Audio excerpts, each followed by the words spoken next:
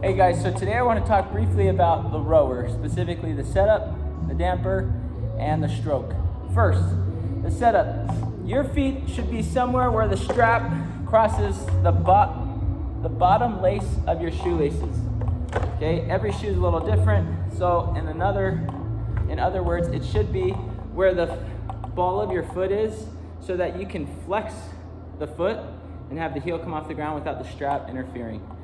Granted, some of that, if you want it higher up the foot or not, will depend on your flexibility, but that's a good rule of thumb to get started. Second, the damper. The damper is right here and goes from 1 to 10. If you want to row like you're rowing on water, I would keep it right around 4 or 5. The tendency is to jack that up to 10 and row at all rowing paces at 10. That's not advised. That's like putting your gears up to 10 and riding all paces on a bike ride at the highest gear.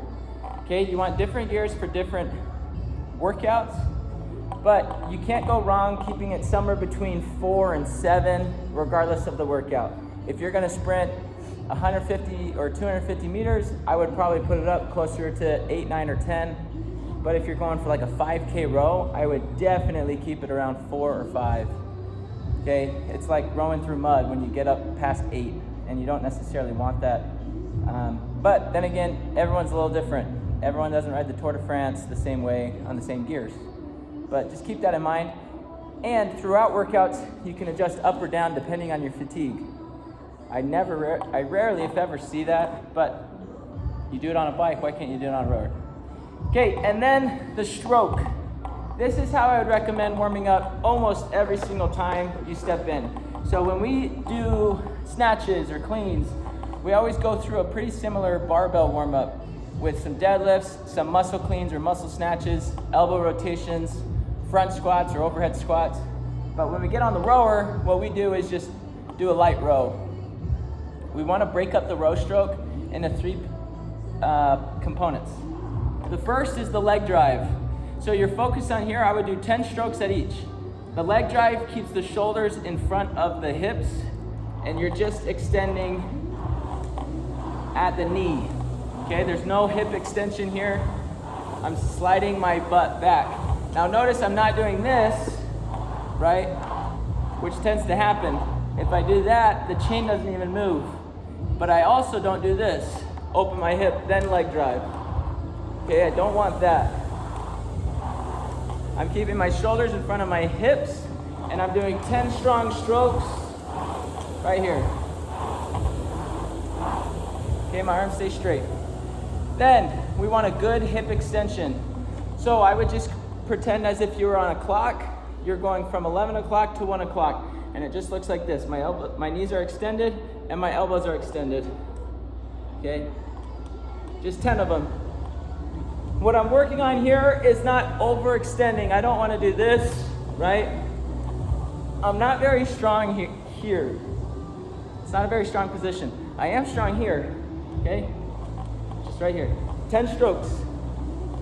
And then I want to stay in that 11 o'clock position with my knees extended, my hips extended, and I'm just doing 10 strokes to the belly button. Okay, if we're sprinting, we want that more to the sternum. If we're going long distance, we want it closer to the belly button. Just practice what you're doing for the workout. Okay, the reason we want it higher on a sprint is because we can get more chain. Okay, we never want to pull like this above the sternum. Okay, but you get more chain if you pull to the sternum. It's stronger with the lats. But you also use the biceps. If you're doing like a 5K row, you want to pull to the belly button or even the hips. Okay, that keeps the biceps out of the movement while still engaging the lats. Your biceps don't have as much stamina as your lats do, and so if you're going for longer distance, you want to pull lower. If it's a sprint, you want to pull higher and use all the muscles you can. Okay? After you do 10 strokes of each, the leg drive, the hip drive, and then the arm drive, then you want to put 2 together. So 10 more strokes with the leg and hip, and then 10 strokes of a hip and arm. So it looks like this. Leg, hip, leg, hip, leg, hip. Okay, 10 of them. Then I want to have knees extended and 10 strokes of a hip arm drive.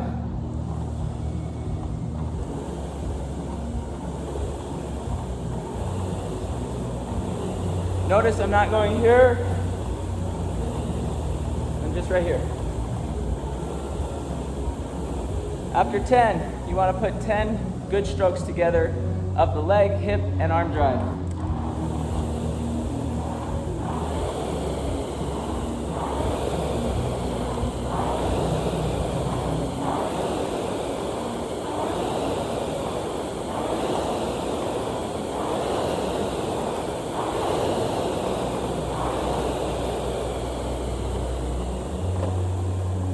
Okay, I'd encourage that. We're gonna have our coaches start doing that here soon. But 10, 10, 10 of each leg, hip, arm, then 10, 10 of leg, hip, and hip, arm, and then 10 of full stroke. So in total, you get 60 reps in before you start the workout. Really, really good technique work because the rower is more mechanical than you think.